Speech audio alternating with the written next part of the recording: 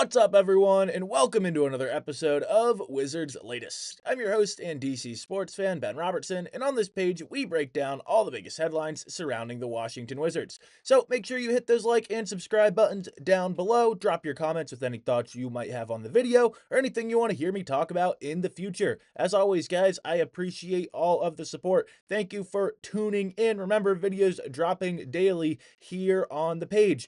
Today, I want to talk about the latest on the Khris Middleton situation, revisit the Deni Avdija trade. A little bit confused about what people are saying now, sort of in review about that deal. Chat more about Bilal Coulibaly, why it's a huge third season for him. And lastly, give you probably still a too early prediction for the win total for this team next year. Again, guys, thanks for tuning in every single day where we break down all the latest on the Washington Wizards. So Khris Middleton, as one of the big things really to monitor as we progress forward here in this NBA offseason. Evan Sidery of Forbes has reported that several contending teams are interested in Middleton, but not necessarily interested in giving up the capital that Washington might want back in return. And really, will Khris make it to the opening day roster with the Wizards, or will he move on to another team and land somewhere else? For me, is one of maybe the biggest storylines, again, to monitor here the rest of the offseason. Remember, Middleton is going to be 34 next season, and is coming off of a couple seasons really plagued by injury. He also comes with a $33 million price tag, and that's one of the obstacles there is really when you try to trade him. It's not the worst thing, in my opinion, to have him on the roster next year. He's obviously going to provide plenty of leadership and experience for this very, very young group of players.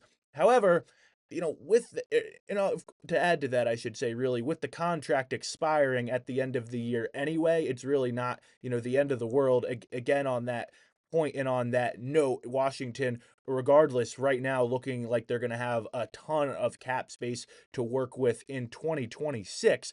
But, however, I do think Will Dawkins is going to try to make something happen here as the offseason progresses. And if you can't land a deal or find a trade partner to kind of dance with, I think we might be headed towards a buyout, as it's been reported from a couple of different sources. And as we've already seen, Washington reach, of course, a couple of buyout agreements here already this offseason. But my next thing I kind of want to monitor here, and I want to revisit, honestly, the Deni Avdija trade to Portland. It's sort of kind of been brought up again over the last couple weeks, especially after people have reviewed what Deni Avdija was able to do for, obviously for Portland here this past year. Remember the trade details there, the full trade deal. Washington got Malcolm Brogdon, the number 14 pick in that year's draft, which was Bub Carrington, of course, a 2029 first rounder, and a couple more second rounders, while the Wizards, of course, sent Deni Avdija to Portland. ESPN regraded this trade recently, dropping Washington's grade from a B plus to a B minus and jumping the Blazers' grade on the trade up from a C to an A. I've also seen now a couple of different stories from both Blazers and Wizards, just news websites chatting about this deal and looking back on it and saying, hey, maybe after Deni's performance, this is something Washington regrets. And honestly, I don't really agree with that. I think Will Dawkins knew what he was trading away in Deni Avdija, a very solid player, but maybe not one that fit the team's timeline moving forward and when really this young core and when the team as a whole is going to be ready to compete. It's something I wonder currently about maybe a Corey Kispert. While I think Deni Avdija is a better player, much better player really overall, I do wonder, even if Corey Kispert is viewed as a solid piece, is he a piece that fits in with this kind of timeline for the team? I also think, remember, Deni Avdija averaged 14.7 rebounds his final season here on 50%, 37%, and 74% shooting splits. Really, for Deni, when he figured out and found some consistency with his outside jump shot, with his 3-point shot, you realized, this is going to be a very solid player because the other tools were there. Averaged just a tick under 17 points a game this year for Portland. Again, 7 rebounds per game, 47%, 38%, and 78% shooting splits for Deni. So, with a slightly increased role, he scored a little bit more. And I don't think that's anything to maybe be shocked about or blown away by. Again, once he figured out that 3-point shot, you knew he was going to be a solid player in the NBA. But I don't think this front office is so, just devastated about what they lost for the future. And obviously, part of the discussion here is what that 2029 first round pick ends up to, become. And then, of course, what does Bub Carrington turn into as he continues to develop in the NBA? So, the next thing I want to talk about, and as we talk about development and stay on that theme, is Bilal Coulibaly. And, interestingly enough, I think with Coulibaly, that thing we say about Deni, once he figures out that jump shot, or if he can get consistent with that jumper from beyond the arc, it is, you wonder if maybe the sky is the limit for a guy like Bilal because he brings so many other great tools to the court.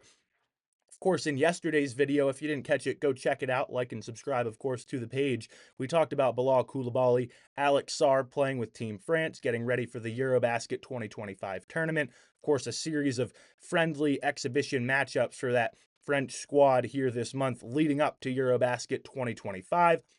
Sarr looked excellent, of course, against Montenegro earlier this week. 19 points, 7 of 10 from the floor. Coulibaly looked really good as well. Had 10 points, 4 of 5 shooting, knocked down both of his 3-point attempts. And, of course, wearing that number 99 French jersey that I mentioned yesterday, in the starting lineup, it's really key and obvious, I should say, that France wants him to be a key part of their international squad moving forward. And it's a huge third year for Bilal here in DC as well. Remember, eligible for an extension for the first time next offseason, like Cam Moore, who the team added here this offseason. And while no, they don't have to extend them, I certainly think the front office would like to lock one of those guys up if they can. And there is just so much competition as we continue to discuss, really at the wing positions here in DC moving forward. Whether it's just Bilal and Cam, when you just look at those two guys, maybe directly competing for that extension next year. But you also remember, think about guys like Keyshawn George, even a guy like Will Riley, who was drafted this year. Will Bilal separate himself from that group and from that kind of mix of young wings and show he is really one of the cornerstones of this franchise moving forward? Can't wait to watch more of him this year. And lastly, I mentioned this last week, but I want to give what I still think is really probably still a too early prediction for the win total next year. Of course, regular season doesn't begin till October 21st. So, still a good ways to go here. But most of the betting lines right now I've seen have the over-under for this team around 20 wins, to be quite honest. About 20 and a half is the over-under I've been seeing. And honestly, I just think the team is a decent bit more talented than they were last year when they won 18 games. I think the additions on the roster, I think another year of development for players like Bilal Coulibaly are only going to make, them improve. I think CJ McCollum is going to have a strong start to the year and potentially become a candidate to get flipped around the deadline.